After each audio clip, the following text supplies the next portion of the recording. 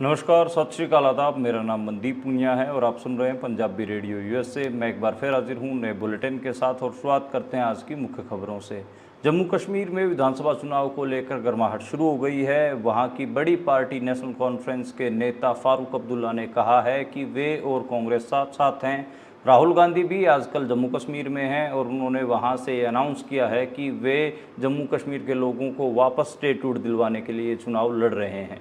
बांग्लादेश में पिछले कई दिनों से बाढ़ आई हुई है। इसको लेकर बांग्लादेश के लोग और वहां के कुछ संगठन भारत को जिम्मेदार बता रहे हैं। उनका आरोप है कि भारत ने अपनी गोमती नदी का बांध खोल दिया था, इसके कारण बांग्लादेश में बाढ़ आई है। वहीं भारत के विदेश मंत्रालय ने उनके बयानों को गलत बताया है। भारत के प्रधानमंत्री नरेंद्र मोदी आज पोलैंड में पहुंचे। वहां उन्होंने भाषण देते हुए कहा कि हम युद्ध नहीं बल्कि बुद्ध के देश हैं और हम बुद्ध की शांति चाहते हैं। आपको बता दें कि कल यूक्रेन में भी प्रधानमंत्री नरेंद्र मोदी पहुंचेंगे।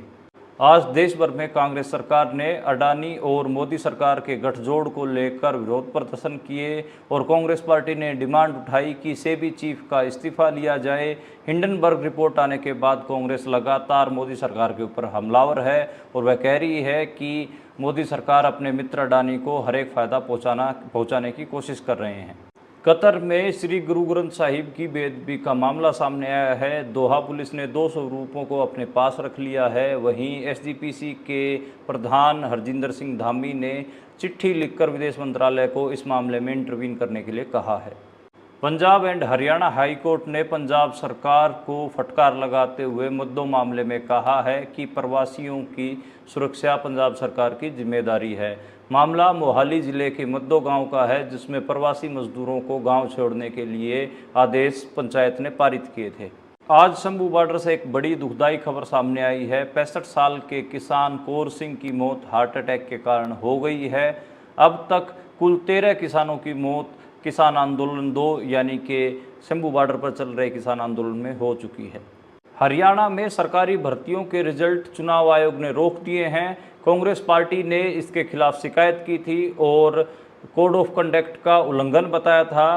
बीजेपी ने इसे इशू बनाते हुए कहा है कि भर्ती रोको गैंग का एजेंडा साफ है, वो युवाओं के भविष्य के खिलाफ खिलवाड़ करना चाहते हैं। हरियाणा कांग्रेस में टिकटों को लेकर लगातार विवाद सामने आ रहा है। कई सारे गुट बन गए हैं। कल दिल्ली में हुई एक बैठक में हंगामा भी हुआ। कांग्रेस के नेताओं ने फैसला लिया है कि टिकटों का बंटवारा हाईकमान करे। राहुल गांधी और खड़गे के पास रिपोर्ट सौंपी जाएगी। हरियाणा बीजेपी में भी टिकटों के बंटवारे को लेकर एक नया विवाद सामने आया है। बता दें कि बीजेपी पुराने कैंडिडेट्स को रिपीट करना चाहती है, वहीं आरएसएस 70% नए कैंडिडेटों को टिकट देना चाहती है। इसके अलावा बहुत सारे केंद्रीय मंत्री सांसद भी अपने बेटा बेटी या मां को टिकट दिलवाने के लिए मैदान में डटे हुए हैं। आम आदमी पार्टी के बड़े नेता संदीप पाठक ने आज हरियाणा में दुष्यंत चौटाला को नसीहत देते हुए कह दिया है कि आम आदमी पार्टी जेजेपी से अलायंस नहीं करेगी। दुष्यंत चौटाला को अब इस मामले में अफवाहें नहीं फैलानी चाहिए। बता दें कि दुष्यंत चौटाला लगातार ये पुश करने की कोशिश कर रहे थे कि जेजेपी और आम आदमी पार्टी इकट्ठा चुनाव लड़ सकती है। भारत वापस लौटी पहलवान विनेश फोगाट का स्वागत सरवखाप पंचायत 25 अगस्त को रोहतक में करेगी और विनेश फोगाट को असली सोने का एक मेडल दिया जाएगा। इन पंचायतों के अलावा पंजाब से सिख संगठन भी इस सम्मान समारोह में पहुंचेंगे और मेवात की सरदारी भी इस सम्मान समारोह में भाग लेगी। ये थी आज की मुख्य खबरें। अब करते हैं इन खबरों का विश्लेषण और शुरुआत करते हैं पहली खबर से। पहली खबर जम्मू कश्मीर से आई। जम्मू कश्मीर में आप सबको पता है कि 18 सितंबर से चुनाव शुरू हो जाएंगे। 18 सितंबर को पहले राउंड का पहले फेज़ का चुनाव होने वाला है। 25 सितंबर को दूसरा और 1 अक्टूबर को तीसरे फेज़ का चुनाव होगा। 3 फेजेज़ में जम्मू कश्मीर में चुनाव होने जा रहे हैं और 4 अक्टूबर को रिजल्ट आ जाएंगे। आपको याद होगा कि 2019 में जम्मू कश्मीर के अंदर कहीं ना कहीं धारा 370 हटाने के बाद ये पहला चुनाव है और इसके अलावा वहाँ का स्टेटहुड भी ख़त्म कर दिया था और जम्मू कश्मीर को एक यूनियन टेरिटरी बना दिया गया था। इसको लेकर वहाँ पर जो मौजूदा पॉलिटिकल पार्टीज़ हैं वो सक्रिय हो गई हैं। फारूक अब्दुल्ला ने अलायंस का इशारा करते हुए कहा है कि वे और कांग्रेस पार्टी साथ हैं। इसके अलावा राहुल गांधी भी पिछले कई दिनों से जम्मू कश्मीर में कैंप कर रहे हैं। उन्होंने जम्मू कश्मीर में एक प्रेस कॉन्फ्रेंस को संबोधित करते हुए कहा कि नेशनल कॉन्फ्रेंस के साथ वो अलायंस कर सकते हैं और वो अब की बार चुनाव जीतने के लिए नहीं बल्कि जम्मू कश्मीर के लोगों को स्टेटहुड दिलवाने के लिए चुनाव लड़ रहे हैं। राहुल गांधी ने बताया कि देश में कश्मीर पहला ऐसा राज्य है जिसकी स्टेटहुड छीनकर उसको यूनियन टेरिटरी बना दिया गया, केंद्र शासित प्रदेश बना दिया गया। हम लोगों को वापस से चुनाव जीतकर और लड़कर इसे स्टेटहुड दिलवाना है। तो कश्मीर की स्टेटहुड को बड़ा इशू बनाकर कांग्रेस चुनाव मैदान में उतरेगी। वहीं वहाँ की एक तीसरी पार्टी पीडीपी, जिसकी अध्यक्ष सुप्रीमो महबूबा मुफ्ती, जो कि जम्मू कश्मीर की पहले मुख्यमंत्री भी रही हैं, उन्होंने भी ये इशारा किया है कि वे भी कांग्रेस के साथ और नेशनल कॉन्फ्रेंस के साथ अलायंस कर सकते हैं। उन्होंने कहा है कि ये मौका एकजुट होकर चुनाव लड़ने का है। अलग अलग होकर चुनाव लड़ेंगे तो हमारे सामने मुश्किलें सामने खड़ी होंगी। आपको बता दें कि 2019 में जब ये सब कुछ चल रहा था और धारा 370 हटाई गई और जम्मू कश्मीर को यूनियन टेरिटरी बनाया गया, उस दौरान फारूक अब्दुल्ला के रेजिडेंस पर एक गुपकर अलायंस बनाया था। तो बेसिकली गुपकर फारूक अब्दुल्ला के रेजिडेंस का नाम है और वहीं पर ही बैठकर उन्होंने एक डॉक्यूमेंट भी ड्राफ्ट किया था, जिसमें उन्होंने बहुत सारी चीज़ें लिखी थी कि हम इस किस्म से इन मुद्दों को लेकर लड़ाई लड़ेंगे। लेकिन जो गुपकर अलायंस की जो वो पूरी एक हिसाब से पॉलिटिकल डॉक्यूमेंट था, वो तो अब ये लोग भूल गए हैं और दोबारा मेन स्ट्रीम इलेक्शंस में भाग ले रहे हैं। धारा 370 का डायरेक्टली नाम नहीं ले रहे। सिर्फ और सिर्फ इनकी जो अब लड़ाई दिख रही है, लड़ाई ये दिख रही है कि ये सिर्फ यूनियन टेरिटरी का टैग जम्मू कश्मीर से हटवाना चाहते हैं और स्टेटहुड की लड़ाई के लिए ज़्यादा ये पुश कर रहे हैं। कांग्रेस ने भी, राहुल गांधी ने भी ये बात बोली है और नेशनल कॉन्फ्रेंस भी लगातार इसी किस्म का एजेंडा पुश कर रही है। नेशनल कॉन्फ्रेंस इनफैक्ट आम आदमी पार्टी जैसा एजेंडा लेकर आ रही है। 200 यूनिट फ्री बिजली, फ्री एजुकेशन, युवाओं को रोजगार, ऐसी बातें कर रही है। लेकिन कश्मीर के स्टेटहुड के ऊपर या धारा 370 के ऊपर, आर्टिकल 370 के ऊपर कुछ भी बोलने से, डायरेक्ट बात करने से बच रही है। तो हालांकि अभी इलेक्शन वहाँ पर शुरू हो गया है, चुनाव धीरे धीरे उठेगा। हम भी वहाँ से ग्राउंड रिपोर्ट करने की कोशिश करेंगे। तो जम्मू कश्मीर के लोग क्या सोचते हैं उसके ऊपर आपको डीपली वहाँ से पेश करने की कोशिश करेंगे। जम्मू कश्मीर का इलेक्शन सभी लोगों के लिए इम्पोर्टेंट है। हम सबको पता है कि जम्मू कश्मीर के में जो बीते 5 साल है वो किस किस्म से बीते हैं और वहाँ पर किस किस्म का माहौल बनाया गया है। इसलिए मुझे लगता है कि जम्मू कश्मीर के इलेक्शन में सभी को इंटरेस्ट लेना चाहिए।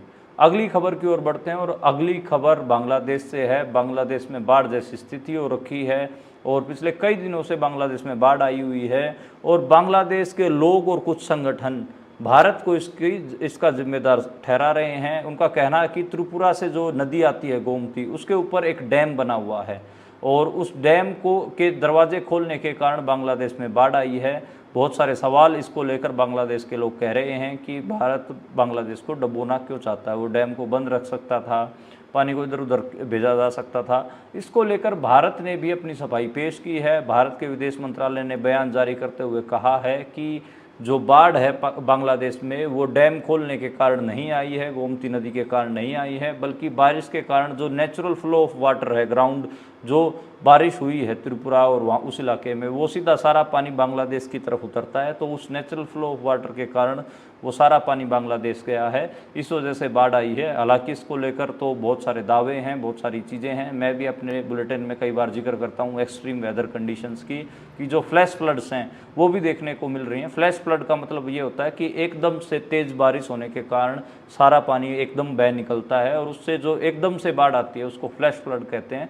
तो फ्लैश फ्लड जैसी सिचुएशंस इंडिया में काफ़ी देखने को मिल रही हैं और उसको अगर हम साउथ एशियन कंटेक्स्ट में ही देखें तो साउथ एशिया में भी बहुत ज़्यादा देखने को मिल रही हैं। पाकिस्तान में भी हमें फ्लैश फ्लड्स देखने को मिली और अब बांग्लादेश के लोग शिकायत कर रहे हैं भारत से कि भारत ने बांग्लादेश को डुबो दिया है। तो ये भी कहीं ना कहीं फ्लैश फ्लड वाला ही मामला है। 1-2 दिन तेज़ बारिश हुई और उस तेज़ बारिश का जो सारा पानी था वो सारा का सारा पानी बांग्लादेश चला गया और अब बांग्लादेश में बाढ़ जैसी स्थिति बनी हुई है।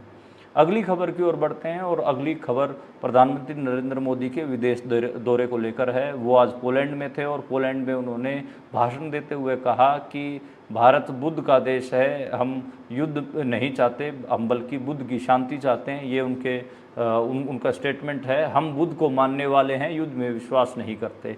तो कहीं ना कहीं मेरे को इसमें कुछ एक डुअलिटी दिख रही है, मेरे को डबल स्टैंडर्ड दिख रहे हैं नरेंद्र मोदी के। डबल स्टैंडर्ड मैं किस लिए कह रहा हूँ, जब वो भारत में होते हैं तो वो हिंदुत्व चलाते हैं, राम की धरती चिल्लाते हैं, जब विदेशों में जाते हैं तो भारत को बुद्ध की धरती बताने लगते हैं। तो ये डबल स्टैंडर्ड है। और जय श्री राम का नारा हम सबको पता है कि पिछले कुछ टाइम से इंडिया में जो धार्मिक अल्पसंख्यक हैं, खासकर मुसलमान, उनको चिढ़ाने के लिए लगाया जाता रहा है। रामनवमी के दौरान भी जो एक हिंदुत्ववादी भीड़ है वो मुसलमान आबादियों में घुसती है, मुसलमानों की बस्तियों में घुसती है, उनकी मस्जिदों पर भगवा झंडे भी लहराती है, तोड़ फोड़ भी करती है। तो यहाँ पर तो आप शांति की अपील करते नहीं हैं, लेकिन बाहर जाकर आपको पीस, जैसे गांधी का पूरा एक नॉन वायलेंस का एक कल्ट बनाया गया था, सेम वैसे ही आप बुद्ध का सहारा लेकर ऐसे दिखाने की कोशिश करते हैं कि हम तो बहुत शांति को मानने वाले लोग हैं, हम तो पसंद ही नहीं करती। वहाँ आप जाकर राम वगैरह की बात करते नहीं हैं, हिंदुत्व की बात नहीं करते हैं, वहाँ आप एकदम बौद्ध धर्म और शांति और बुद्ध की बात करने लगते हैं। खैर, अच्छी बात है, बुद्ध की जो टीचिंग्स हैं उनको भी आपको मानना चाहिए, और जो धार्मिक कम गिनती के लोग हैं भारत में उनकी सुरक्षा को लेकर भी आपको चिंतित होना चाहिए। और जो बहुसंख्यकवाद है उसको आपको भारत में, यानी कि जो मेजोरिटेरियनिज्म है, जो कम गिनती के लोगों को तंग करते हैं, जो लोग, जो पॉलिटिक्स है, उसके ऊपर भी आपको लगाम लगानी चाहिए। हालांकि आप तो जब यहाँ पर चुनाव होते हैं तो आप धार्मिक मुस्लिमों के ऊपर ही तुष्टीकरण का आरोप लगा देते हैं, मुस्लिमों को ही सारी चीज़ों का जिम्मेदार ठहरा देते हैं, जबकि भारत में माइनॉरिटी कम्युनलिज्म जैसी कोई भी चीज़ नहीं है। लेकिन बीजेपी और नरेंद्र मोदी लगातार माइनॉरिटी कम्युनलिज्म को पुश करते रहते हैं, और कई सारे एजेंडा भी इन लोगों के हैं। खैर, विदेशों में तो इनको पॉपुलैरिटी चाहिए होती है, और अब ये नेहरू की तरह एक हिसाब से स्टेटमैन दिखना चाहते हैं दुनिया भर में, इसलिए लिबरल मीडिया में छा जाने के लिए ये बुद्ध का सहारा ले रहे हैं। खैर, इनको बधाई। बाकी तो मुझे लगता है कि जो रियलिटी है वो आप सबको पता ही है कि भारत में किस किस्म की रियलिटी है। अगली खबर की ओर बढ़ते हैं, और अगली खबर, आज देश भर में कांग्रेस ने प्रोटेस्ट ऑर्गेनाइज किए। ये प्रोटेस्ट दरअसल मोदी सरकार और अडानी के खिलाफ थे, और सेबी चीफ के इस्तीफे की भी मांग की गई। ये प्रोटेस्ट किस लिए कांग्रेस कर रही थी? दरअसल इसका एक कंटेक्स्ट है। कुछ दिन पहले ही हिंडनबर्ग ने, जो कि एक अमेरिकन शॉर्ट सेलर कंपनी है, उसने एक खुलासा किया था कि जो अडानी ने कहीं ना कहीं शेयर मार्केट को इन्फ्लुएंस करने के लिए जो कुछ किया था, उसमें जो कंपनियां लगी थी, उन कंपनियों में सेबी चीफ जो माधवी बूच हैं, उनके पति की भी कुछ कंपनियां थी, और उनकी हिस्सेदारी अभी भी है। तो ये आरोप हिंडनबर्ग ने लगाया था। तो एक हिसाब से अडानी के साथ सेबी चीफ के मिले होने की बात हिंडनबर्ग रिपोर्ट में कही गई थी। इसी को लेकर कहीं ना कहीं जो कांग्रेस है वो नरेंद्र मोदी के ऊपर आज हमलावर दिखी। नरेंद्र मोदी के ऊपर हमला करते हुए कहा कि सारे का सारा देश का बिजनेस नरेंद्र मोदी अडानी को सौंप देना चाहते हैं, क्योंकि वो उनके मित्र हैं गुजरात से ही, और इसी के लिए ही उन्होंने सेबी चीफ को भी कहीं ना कहीं ऐसी सेबी चीफ नियुक्त कर रखी है जो अडानी के इशारे पर चलती है। और इंडिया की जो शेयर मार्केट के एक हिसाब से रेगुलेटरी बॉडी है, उसको वो सेबी है, और इसको लेकर बहुत सारे सवाल खड़े हो रहे हैं। आज हरियाणा के जो प्रदेश अध्यक्ष हैं कांग्रेस के, उदय भान, उनको चंडीगढ़ में हिरासत में भी ले लिया गया, 2 सांसदों को भी हिरासत में लिया गया।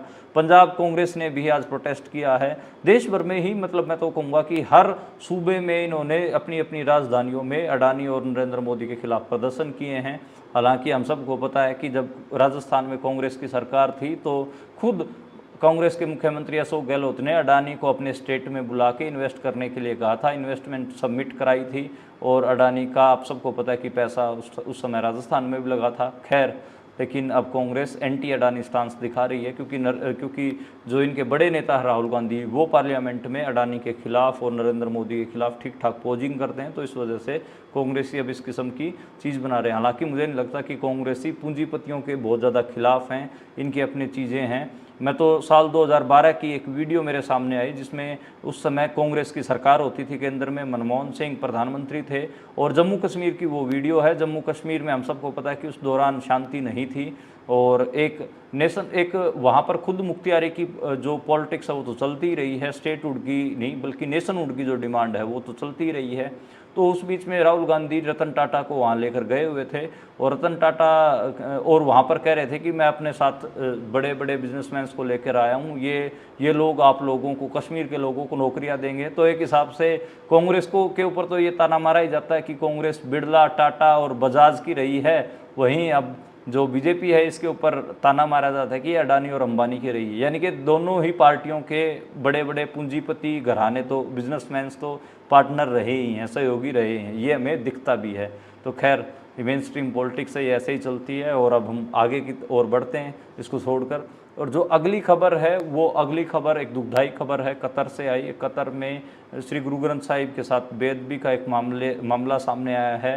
हालांकि 2 स्वरूपों को कतर पुलिस ने, दोहा पुलिस ने अपने पास रख लिया है। इस मामले को लेकर जो हमारे एसजीपीसी के चीफ हैं हरजिंदर सिंह धामी, उन्होंने विदेश मंत्रालय को चिट्ठी लिखते हुए कहा है कि इस मामले में इंटरवेंशन की जाए।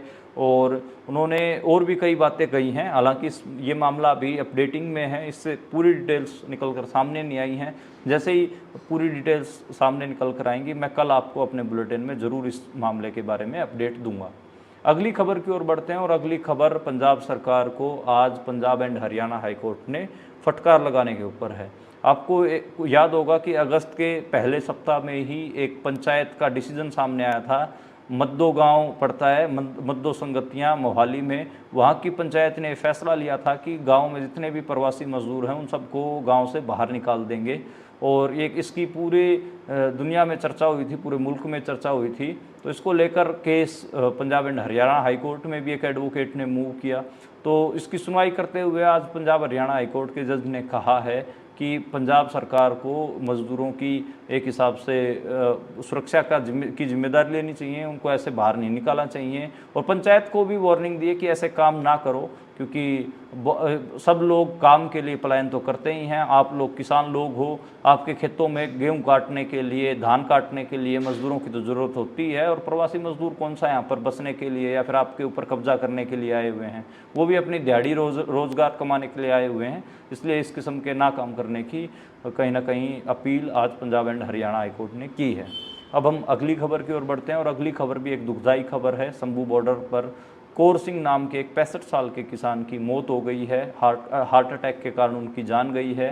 वे संगरूर से बिलोंग करते थे और पिछले कई दिनों से वो शंभू बॉर्डर पर डटे हुए थे। लेकिन आज सुबह जब उनको हार्ट अटैक आया तो उनको पटियाला राजेंद्रा हॉस्पिटल लेके जाया गया, तब तक उनकी डेथ हो चुकी थी। और अब तक शंभू बॉर्डर पर 13 किसानों की डेथ हो चुकी हैं। तो इसको लेकर बहुत सारे सवाल भी खड़े हो रहे हैं कि क्यों नहीं किसानों के मामले को रिजोल्व किया जाता। Punjab and Haryana high court हो या सुप्रीम कोर्ट हो, दोनों ही कोर्ट कह चुके हैं कि पंजाब और हरियाणा पुलिस और जो सेंट्रल गवर्नमेंट है उनको मिल के कुछ ऐसे न्यूट्रल लोगों की कमेटी बना के पंजाब और हरियाणा के किसानों की इन जो समस्याएं हैं और जो डिमांड्स हैं उनको सुनना चाहिए और इस मामले को रिजोल्व करने की ओर बढ़ना चाहिए। लेकिन रिजोल्व करने की ओर बढ़ने की बजाय हम सबको पता है कि बीजेपी अलग ही किस्म पर खेल रही है। कल की जो मीटिंग हुई वो बेनतीजा रही थी। कल के बुलेटिन में मैंने बताया था कि जो केंद्रीय मंत्री हैं भाजपा के रवनीत सिंह बिट्टू, उन्होंने कितनी घटिया बयानबाजी की। उन्होंने कहा कि बम और कृपान लेकर तो ये किसान दिल्ली जाना चाहते हैं, हम जाने नहीं देंगे। तो इन्होंने एक हिसाब से कृपान को भी कहीं ना कहीं ऐसे दिखाने की कोशिश की कि ये कोई वेपन है और जिससे लेकर ये दिल्ली पर हमला कर देंगे। तो मुझे लगता है कि रवनीत सिंह बिट्टू पहले भी एंटी सिख स्टेटमेंट दे चुके हैं और एंटी सिख स्टांस के लिए जाने भी जाते हैं। इसलिए बीजेपी ने उनको कोप्ट भी किया है, उनको अपनी पार्टी में मिलाया है। मुझे लगता है कि रवनीत सिंह बिट्टू को करारा जवाब मिलना चाहिए, उनको ये सब नहीं बोलना चाहिए था। बहुत घटिया उनकी बयानबाजी है। इसके अलावा उन्होंने ये भी कहा कि इन किसानों को तो विदेशों से फंडिंग आ रही, इसलिए मज़े करने के लिए बैठे हैं। तो मेरे को लगता है कि रवनीत सिंह बिट्टू 48-45 डिग्री के टेम्परेचर में एक बार आप रोड पर बैठ के देखिए एक दिन, जब आपका तेल ना निकल जाइए तो मुझे कहिएगा। बहुत घटिया नेता है और मतलब मुझे लगता है कि इसी वजह से पंजाब के लोगों ने उसको हराया भी है। खैर अब तो बीजेपी सरकार ने उसको राजस्थान से राज्यसभा में भेज दिया है, लेकिन मुझे लगता है कि पंजाब के लोग उसको करारा जवाब जरूर देंगे। अगली खबर की ओर बढ़ते हैं और जो अगली खबर है वो हरियाणा के चुनाव के बारे में है। हरियाणा में भी आप सबको पता है कि 1 अक्टूबर को चुनाव होने वाले हैं, बहुत कम समय बचा है और टिकटार्थियों की लाइनें बीजेपी और कांग्रेस के दफ्तरों के बाहर देखी जा रही हैं। 25-26 अगस्त से आपको लिस्ट जारी मिल जाएंगी, क्योंकि 5 सितंबर को नॉमिनेशन फाइल करने हैं। तो दोनों ही पार्टियों को टिकटों के बंटवारे करने पड़ेंगे। पहले बात करते हैं कांग्रेस की कल कांग्रेस के नेताओं की और इंचार्ज की एक बैठक हुई टिकटार्थियों के साथ दिल्ली में और उसमें हंगामा हो गया। इसके बाद जितने भी कांग्रेस के नेता थे उन्होंने ये फैसला लिया कि टिकटों का बंटवारा खड़गे और राहुल गांधी करेंगे और वही हम उनको रिपोर्ट सौंप देंगे। कांग्रेस के साथ दिक्कत ये है हरियाणा में कि उसमें कई गुट हैं। कुमारी शैलजा का एक गुट है, भूपेंद्र हुड्डा का एक गुट है, रणदीप सिंह सुरजेवाला का एक गुट है, आजकल चौधरी वीरेंद्र सिंह भी आ गए हैं, कैप्टन अजय यादव हैं, तो बहुत सारे गुट हैं। इसके कारण कहीं ना कहीं टिकटों के बंटवारे में दिक्कत हो रही है। और मुझे लगता है कि इस बार हरियाणा विधानसभा चुनाव में जो ज़्यादा टिकटें हैं वो हुड्डा समर्थकों को मिलेंगी। हालांकि सेंटर भी कई सारी टिकटें डिसाइड करेगा। तो बहुत सारी ऐसी चीज़ें हैं जिसको लेकर कांग्रेस को वरी भी होना चाहिए। उनमें से एक चीज़ तो यही है कि हर हलके में, हर कॉन्स्टिट्यूंसी में कांग्रेस से 20-20, 25-25 लोगों ने टिकट की दावेदारी की हुई है। अगर टिकट एक को मिलेगी तो वो जो 17-18 बाकी जितने भी 20 लोग बचे होंगे वो उसके खिलाफ काम करेंगे। तो भीतर घात कांग्रेस में दिख रहा है। इसकी कहीं ना कहीं बेशक से हरियाणा में माहौल कांग्रेस के पक्ष में है, ऐसा लग रहा है कि कांग्रेस सरकार बना लेगी, लेकिन टिकटार्थियों के कारण ऐसा लग रहा है कि कहीं कोई चूक ना हो जाए। बीजेपी का भी बहुत बुरा हाल है। बीजेपी में जो आरएसएस है वो चाह रही है कि 70% नए लोगों को टिकट दी जाए। वहीं बीजेपी के जो संगठन है वो वापस पुराने जो ट्रेडिशनल वोटर टिकटार्थी हैं उन्हीं को ही रिपीट करना चाहता है। और एक दिक्कत हरियाणा बीजेपी के सामने और आ रही है, कई केंद्रीय मंत्री अपने बेटा बेटी को टिकट दिलवाना चाहते हैं। एक सांसद हैं हिसार से नवीन जिंदल, वो अपनी मां को टिकट दिलवाना चाहते हैं। बीजेपी के और भी कई नेता हैं जो अपने रिश्तेदारों को टिकट दिलवाना चाहते हैं। तो बेटा बेटी मां रिश्तेदारों को टिकट दिलवाने के चक्कर में एक बगावत बीजेपी में भी दिख रही है। और आरएसएस और बीजेपी का जो टकराव है 70% वाला कि नए लोगों को टिकट दी जाए, वो भी एक टकराव दिख रहा है। तो बीजेपी के लिए भी आसान नहीं है ये सब। पर बीजेपी थोड़ी ज़्यादा डिसिप्लिन्ड पार्टी है, इस वजह से मुझे लगता है कि बीजेपी अपना जो टिकटों का बंटवारे वाला पूरा गेम है उसको मैनेज कर सकती है। लेकिन कहीं ना कहीं कांग्रेस के लिए वो दिक्कतों का सामना करना पड़ेगा। अब हम थर्ड और जो बाकी बची पार्टियां उनकी भी बात कर लेते हैं। जेजेपी के दुष्यंत चौटाला पिछले कई दिनों से ये पोज करने की कोशिश कर रहे थे कि उनका जो अलायंस है वो आम आदमी पार्टी के साथ हो जाएगा। लेकिन आज आम आदमी पार्टी के बड़े नेता और राज्यसभा सांसद संदीप पाठक ने ये क्लियर कर दिया है कि वे जेजेपी के साथ कोई अलायंस नहीं करने वाले हैं। उन्होंने दुष्यंत चौटाला पर हमला बोलते हुए कहा है कि दुष्यंत चौटाला आम आदमी पार्टी के बारे में अफवाहें ना फैलाएं। आम आदमी पार्टी और जेजेपी पार्टी पहले एक साथ चुनाव लड़ चुके हैं। हम सबको पता है कि 2019 में इन लोगों का अलायंस था, लेकिन अब ये इकट्ठा चुनाव क्यों नहीं लड़ रहे, उसका एक कारण है पिछले 5 सालों में 4.5 साल दुष्यंत चौटाला बीजेपी की सरकार में रहे और डिप्टी सीएम बन गए थे। किसान आंदोलन चला, तब उन्होंने सत्ता से बाहर नहीं आए बल्कि किसानों के खिलाफ उन्होंने बयानबाजी की। इसलिए दुष्यंत चौटाला और उनकी पार्टी जेजेपी की हरियाणा में कोई क्रेडिबिलिटी नहीं बची है। इस करके आम आदमी पार्टी उनसे अपनी दूरी दिखाना चाह रही है कि हमारा इनसे कोई लेना देना नहीं है और ना हम इनसे अलायंस करेंगे, ताकि आम आदमी पार्टी खुद कुछ वोटें बटोर सके। तो ये सारी कहानी है, इसलिए उन्होंने कहा है। हालांकि बीजेपी जेजेपी में तो एक हिसाब से उनके विधायक ही भागे जा रहे हैं। कल मैंने बताया था कि 5 विधायक भाग गए।